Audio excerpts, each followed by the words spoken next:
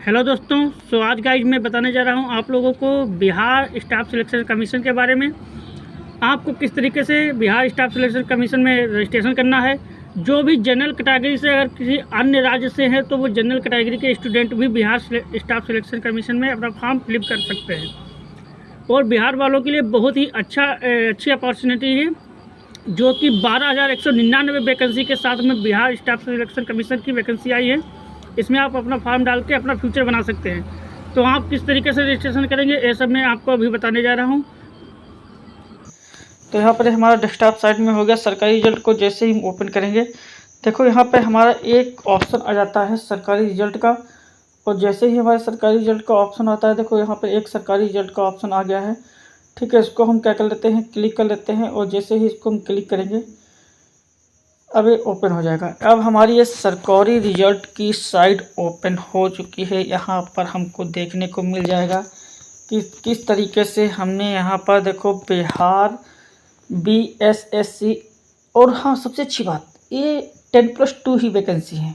इसमें कितनी वैकेंसियाँ किस पोस्ट की हैं वो सब मैं आपको बताने जा रहा हूँ।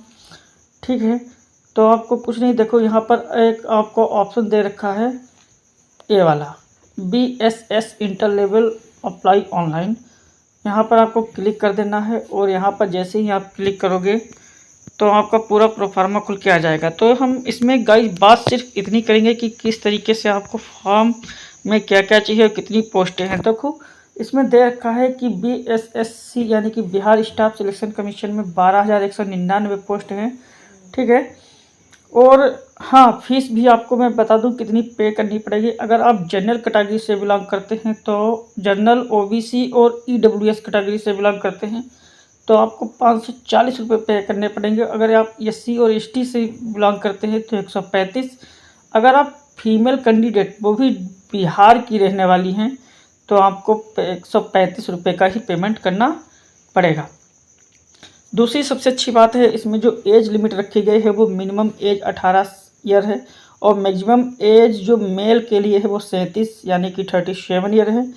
और मैक्सिमम एज फीमेल के लिए 40 ईयर है। ठीक है, और उसके आगे हम आपको बता दें कि किस तरीके से इसमें पोस्टें दे रखी हैं। तो BSSC second inter level combined competitive examination में आपको 12,199 वैकेंसी मिली। इसमें आपको 10+2 मांग रहा है, intermediate any requirement of board India. ठीक है, for post wise eligibility details read the notification, वो तो अलग की बात रही।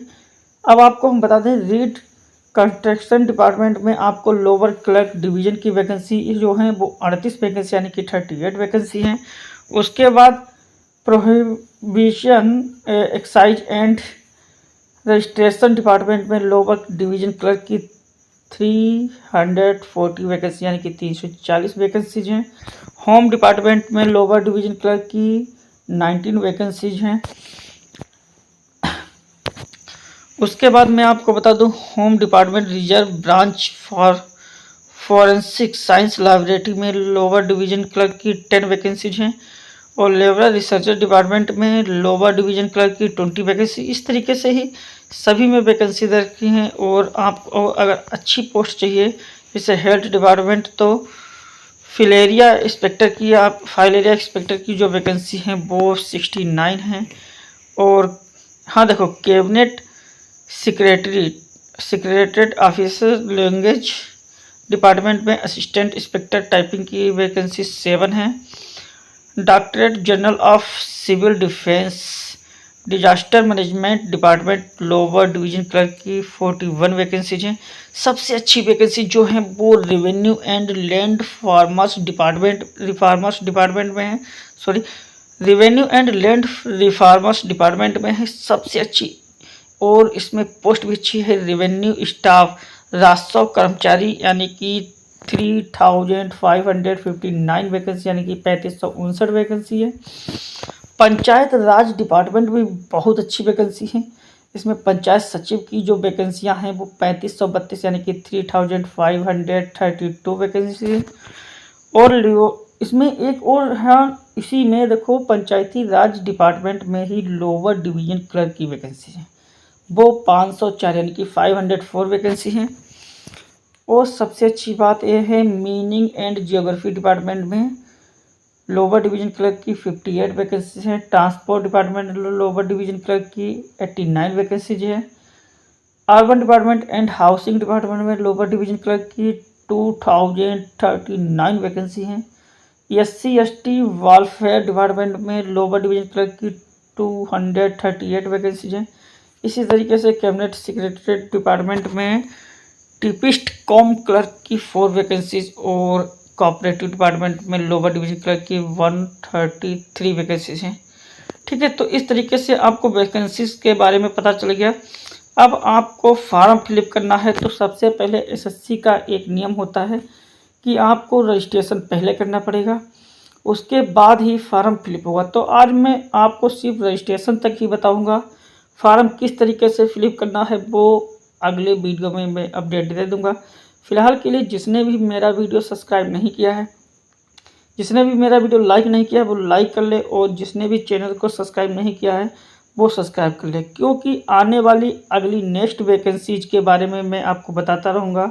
और आप मेरे चैनल पर वीडियो देखकर ही अगर फिलअप करेंगे तो 100% आपका फॉर्म सही होगा, गलत होने की कोई चांसेस नहीं होंगे। और स्किप करके वीडियो को मत देखिएगा, क्योंकि स्किप करने से बीच की कड़ियाँ छूट जाती हैं, फिर आप कहते हैं मेरा फॉर्म फिलअप करते समय गलत हो गया। ठीक है, तो आपको कुछ नहीं करना है। देखो, आपको सबसे पहले देखो इंस्ट्रक्शन यानी कि पहले पढ़ लेना है। नोटिफिकेशन में क्या क्या देखा है वो तो अलग की बात है, लेकिन नोटिफिकेशन में आपको पढ़ के अभी नहीं बताऊंगा। फिलहाल के लिए अप्लाई ऑनलाइन पर डायरेक्ट हम आ जाते हैं। अप्लाई ऑनलाइन पर जैसे ही आएंगे ये खुल के आ गया है। देखो, इसमें लिखा है बिहार स्टाफ सिलेक्शन कमीशन। तो बिहार स्टाफ सिलेक्शन कमीशन जो है, इसको हम आगे करते हुए स्क्रॉल डाउन करते हैं।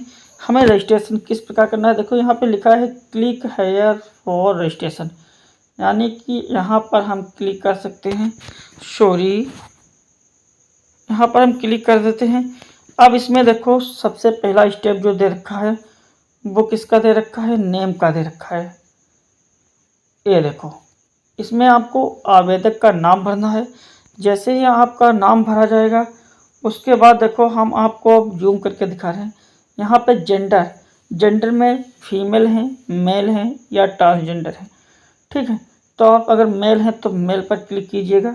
जैसे मेरा नाम है, कुछ भी नाम है मैं भर देता हूँ, जिससे कि मेरा नाम पिंटू वर्मा है, मैंने भर दिया।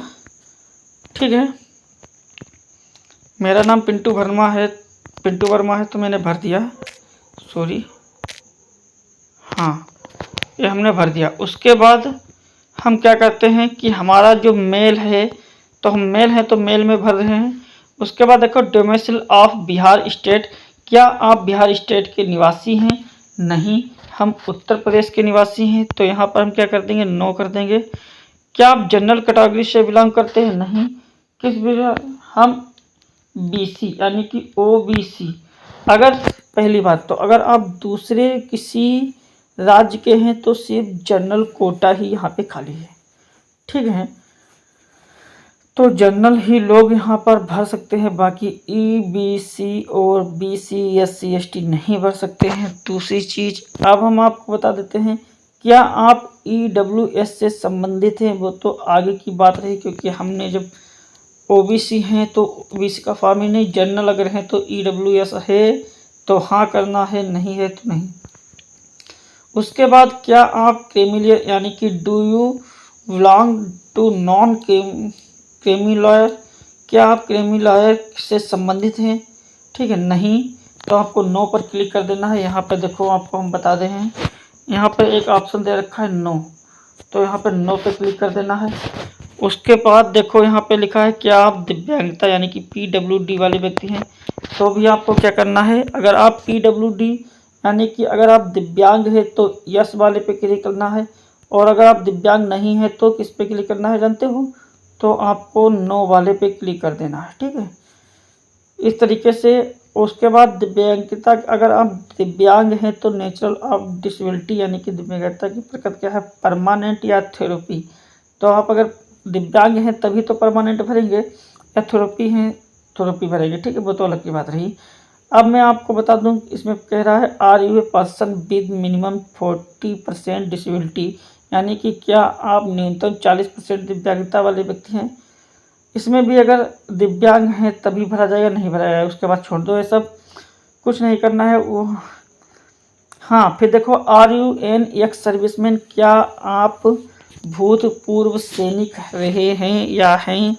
तो हम अगर हैं तो यस पे क्लिक करेंगे, और नहीं हैं तो क्या करेंगे, तो हम नो वाले पे क्लिक कर देंगे। ठीक है, उसके बाद देखो सर्विस इन डिफेंस, रक्षा सेवा में सेवानिवृत्त हैं।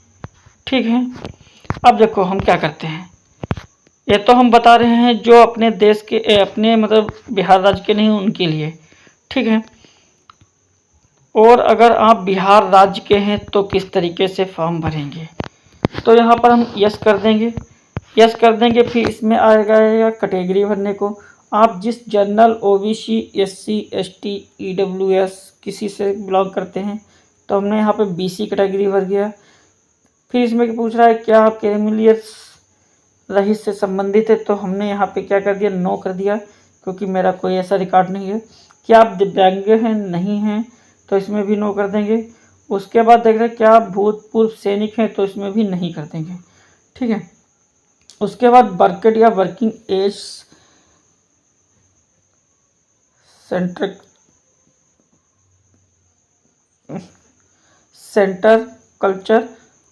कल्चर, यानी कि बिहार सरकार की नौकरी में संविदा कर्मचारी के रूप में काम कर रहे हैं या किया है, तो हमने ऐसा कुछ नहीं किया है, यहाँ पर भर देंगे। उसके बाद क्या आप बिहार सरकार के कर्मचारी हैं जिन्होंने कम से कम 3 साल नियमित एवं रेगुलर सेवा की है, नहीं।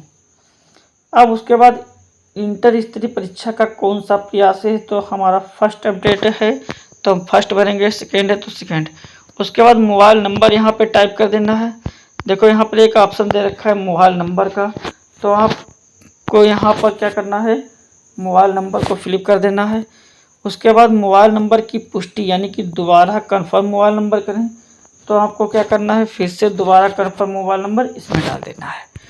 उसके बाद ईमेल आईडी आएगी आपको डालने को, तो ईमेल आईडी को यहाँ पे फिलिप कर देना है। उसके बाद ईमेल आईडी की पुष्टि पुनः करें, तो ईमेल आईडी को पुनः फिलिप कर देना है। फिर कहता है DOB, यानी कि डेट ऑफ बर्थ को फिलिप करना है, तो डेट ऑफ बर्थ यहाँ आप कहाँ पे फिलिप कर रहे हैं, यहाँ पे फिलिप कर देंगे।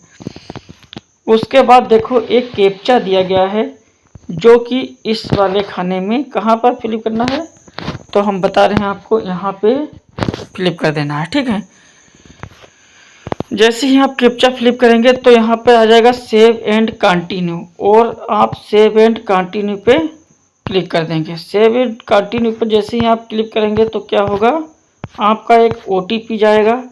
OTP जाने के बाद आप OTP को कंफर्म कर लीजिएगा। OTP जो आए वो डालकर सबमिट कर दीजिए, आपका रजिस्ट्रेशन कंप्लीट हो जाएगा। जैसे ही रजिस्ट्रेशन आपका कंप्लीट होगा, आप उसकी प्रिंट आउट निकलवा लीजिएगा, या फिर फॉर्म भरने वाले से डायरेक्ट बोलिए कि मेरा पूरा फॉर्म कंप्लीट फिलिप कर दीजिए। ठीक है, वो पूरा फॉर्म कंप्लीट आगे का स्टेप फिलिप कर देगा।